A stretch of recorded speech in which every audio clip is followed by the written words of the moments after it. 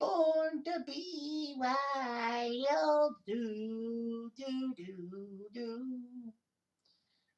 Yes, the Minnesota Wild, an expansion team in 2000 that came into the league to basically replace the Minnesota North Stars in a sense. When the North Stars left Minnesota for Dallas in 1993, it broke a heart in Minnesota hockey because Minnesota hockey is known for its freaking high school games, their college games, their pickup games. Basically, lots of fans attending the games and all that. And they wanted a major league team back in Minnesota. So thankfully they did. And they moved to St. Paul, Minnesota in the Excel Energy Center. I don't know if that's what it's called now. I think it's called something else. But anyway, Minnesota got their franchise in 2000 and fans were happy. The logo, wow, kind of creepy, but hey, you know what? We like it. We kind of like it. Minnesota took 3 seasons until they became prime candidates for great team. In 2003, the Minnesota Wild got into the playoffs as the 6th seed and took on the Vancouver Canucks. Sorry, they took on the Colorado Avalanche. They were number 7. Minnesota took on Colorado, who basically had a good playoff run, if you will. Colorado was 2 years removed from the Stanley Cup championship for Bork. They still had some nice young talent like Hayduk and Tangay and Sakic with Forsberg and Patrick Waugh being there. Colorado looked good, especially after taking a 3-1 series lead on the Wild. So Minnesota had different tactics. Chuck Lemaire made sure that the trap was played to perfection. Obviously, the trap makes the game so boring. And buoyed by a Richard Park overtime goal in St. Paul in Game 6, the Wild forced Game 7 in Denver. No big deal. Colorado knew what to do, but did they? Game 7 overtime, Andrew Burnett sneaks in, scores the winning goal off Patrick Waugh, and wow, Minnesota shocks Colorado. So much so that Waugh decides to retire at the end of the road. Yikes. So Minnesota would take on Vancouver.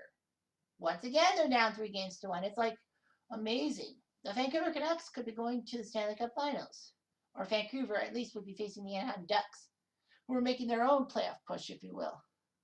Now, obviously for the Ducks, we can't do the 2003 team because they went to the finals. And the what-ifs are for teams that don't make the finals. So Minnesota did it again. They came back from 3-1 down and shocked Vancouver, especially in Game 7, 7-2. It's like, what the hell just happened? Minnesota just came back from 3-1 down twice in a row. So the Wild would take on the other Cinderella team in that league, the Anaheim Ducks. So the Ducks and Wild would face each other Game 1 in Minnesota. Minnesota would be happy. It's kind of like the 91 North Stars run. The state of Minnesota is like a weird Cinderella team. Maybe like 91 will go to the finals. Wrongo. J.S. Garrett, the guy who carried the Ducks past the Wings and Stars in the first 2 rounds, carried the team, especially that big stick save off of, I think it was Park, or was it Walsh or Burnett? I don't know who. I think it was Gaborik in Game 1. That was amazing. Watching it at my grandma's house, it was like, wow, how did Shigar do that? Anaheim won the game in overtime. Anaheim would take on New Jersey in the Stanley Cup Finals because they swept Minnesota. So Minnesota couldn't come back from a 3-0 deficit. They came back from 3-1 twice. Minnesota would try to lick their wounds and move on, but not much has happened. 2013, they put lots of money towards Ryan Sutter and Zach Parise. I would say JP Parise, but that's the father. So basically, they wanted to put guys with 10-year contracts.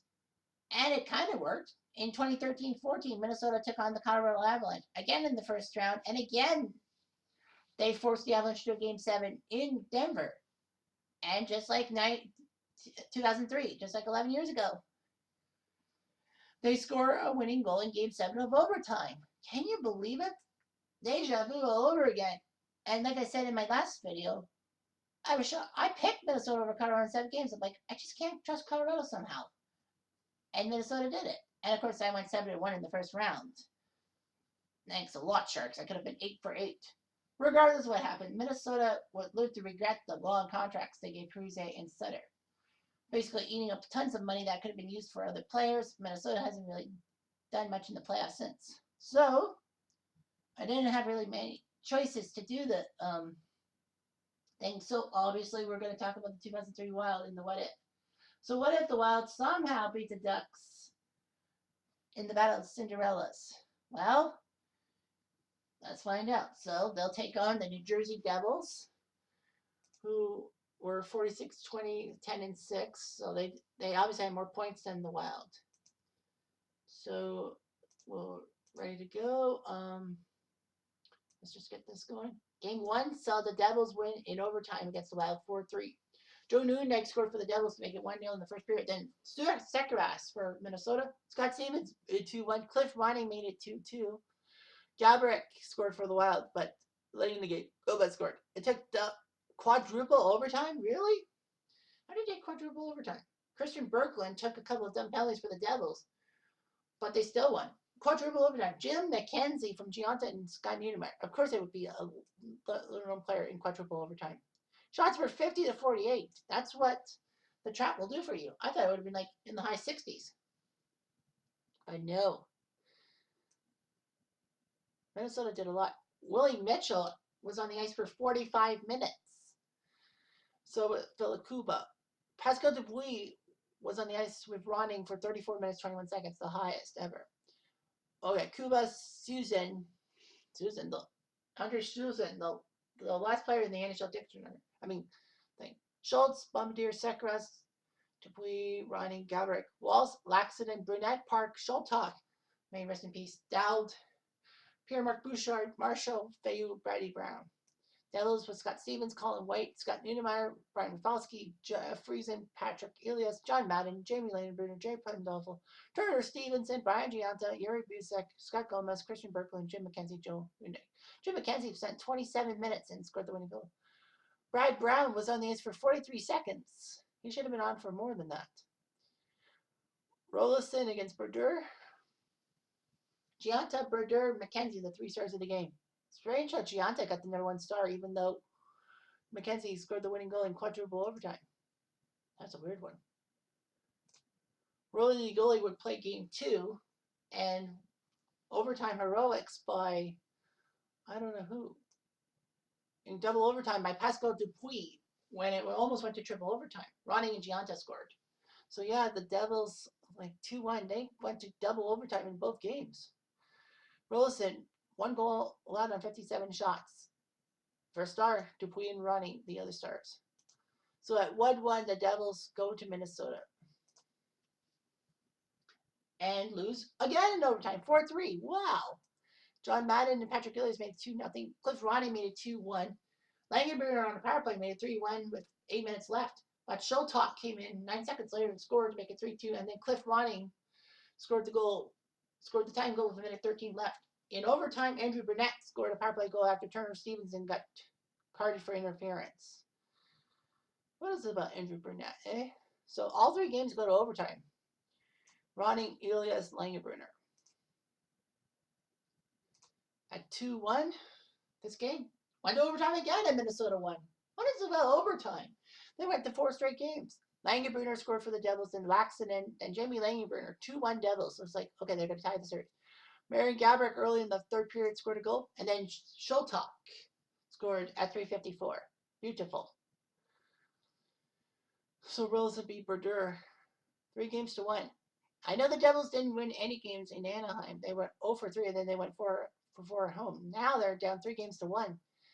Could Minnesota get the happy ending that only a few teams have not done? Nope, not yet. It went to overtime again. Langenbrunner scored for the Devils, and Dupuis made it 2-1.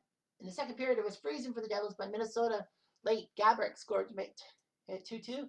Double overtime. Patrick Elias from Langenbrunner and Friesen, 3-2. Man, can you believe it? It's going to double overtime. Minnesota put 52 shots on Brodeur, but only stung him twice. Brodeur for star, Friesen, and Elias. On to game 6. Minnesota feels confident in Dwayne Rolison, especially at home. And the Devils won 3-2. What? So Gomez scored and Rafalski scored 2-0, but Minnesota came back to tie it on goals by Ronning and Gabrick.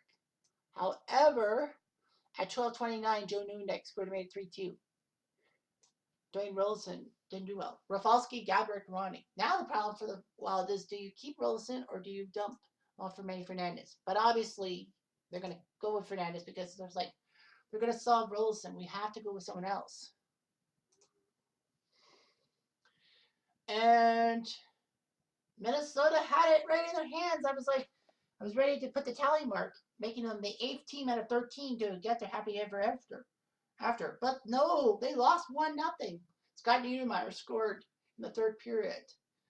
Wow, I didn't think Minnesota would tumble. I'd like, they're up 3-1. They'll probably win game 6 at worst. But they lost to the Devils. How about that?